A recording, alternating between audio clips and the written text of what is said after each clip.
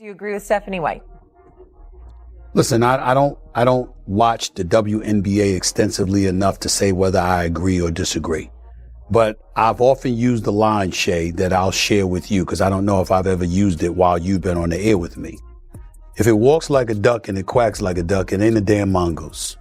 I've said that many, many times over the years. There is a flagrant level of resentment that exists when it comes to Caitlin Clark. And it has existed since she has arrived in the league. She is the cash cow. Just one whistle, point one bump, just one replay. In a matter of minutes, the entire basketball community ceased discussing the outcome.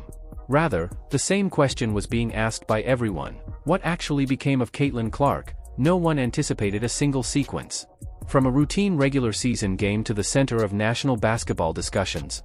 Nor the spectators in the arena. Not the reporters who are calling the game, and most definitely not the thousands. Many individuals who would thereafter spend hours playing the same video over from every viewpoint. However, it is precisely what took place. The last buzzer went off, the athletes made their way to the changing areas. However, the night's most significant tale was just getting started. Social media took off in a matter of minutes. The replay was visible everywhere. Pages about basketball. Channels for sports. YouTube producers. Podcasts. National broadcasting. Everyone appeared to be conversing. Roughly the same time. Here's what made the whole thing even more intriguing. No one could concur on what they had only observed. After watching the replay, some viewers claimed it was just another challenging basketball play. Others who saw the same video had very different perspectives. The argument wasn't just heated. It was present everywhere. The video was never seen by anyone. Once more, they were watching it. Then reducing its speed. Then contrasting various camera perspectives. Afterwards, seeing thousands of messages from admirers who all thought they had the right response. The more people observed, the basketball world grew increasingly polarized. At that point, the narrative took another surprising twist. The conversation continued outside of the WNBA. It swiftly expanded throughout the country. Media related to sports. TV programs began talking about it. Basketball analysts provided full, distinct viewpoints. Former players shared their thoughts. With each fresh voice came another layer to the discussion, and all of a sudden, what had begun as one contentious scene had turned into one of the week's top basketball stories. Then there was still another significant change. Stephen A. Smith spoke about the expanding discussion. During First Take, a debate that was already dominating headlines received much more national attention. On this news, Phoenix Mercury's Alyssa Thomas receives flagrant foul 2 penalty and a 1-game suspension. I want to know your thoughts. Is 1 game enough? 2 games, 3 games? I'm seeing some say 5 games. I'm seeing some people say 10 games Alyssa Thomas should have been suspended for. I want to know what you think in the comment section below. Phoenix Mercury's Alyssa Thomas receives flagrant foul 2 penalty and a 1-game suspension. June 25th, 2026.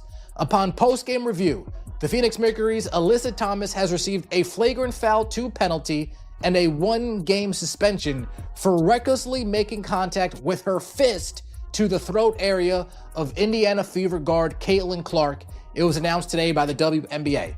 The incident, for which Thomas was deemed to have committed a non-basketball act, occurred with the 6 minutes and 52 seconds remaining in the second quarter of the Mercury's 111-109 win over the Fever last night at Gainbridge Fieldhouse. Per WNBA rule, the league office has the option following its review of any game to reclassify a flagrant foul or to classify as flagrant any foul not called as such during a game and may impose a fine and or suspension. Alyssa Thomas will serve her suspension on June 27th when the Mercury visit the Toronto Tempo. Now, I have a question, because this is similar to what happened with Kennedy Carter. This is also similar with what happened with DJ Nick Carrington. I have a question to the WNBA shills out there. Do any of you guys have the stones? Shout out to Rudy. Any of you guys have the guts, the balls, the courage? The narrative took a completely different turn when one of the biggest names in sports television joined the conversation. Distinct level. Now, the debate over the play wasn't limited to Fever enthusiasts. Everywhere, basketball fans desired responses. Was this just fierce, elite competition? Did the authorities handle the situation suitably? Or has this instance evolved into a much broader discussion about physical play, player safety and consistency in the modern WNBA? Fans are still divided over such questions, and for that reason, this tale refuses to vanish, because each replay seems to produce a different viewpoint. Every viewpoint gives rise to another discussion. Additionally, more people join the discussion with each debate. Just a moment, just one replay. Point one choice. And all of a sudden, a whole league was at the heart of one of the most talked about debates of the year. What then took place in the sequence? Why has a single play elicited such a wide range of responses from supporters, commentators, and past athletes? And why, long after the game is over, are people still arguing about it? Let's take our time, look at the entire sequence, and investigate why this particular moment has grown to be one of the Indiana Fever's most talked about topics this season. As the game progressed farther into the atmosphere naturally escalated during its most competitive moments. Every item carried additional weight. Each rebound was significant. Every player knew how neither team was prepared to give up simple chances. The momentum had become significant. You sensed a shift in the vibe. Every defensive stop was applauded.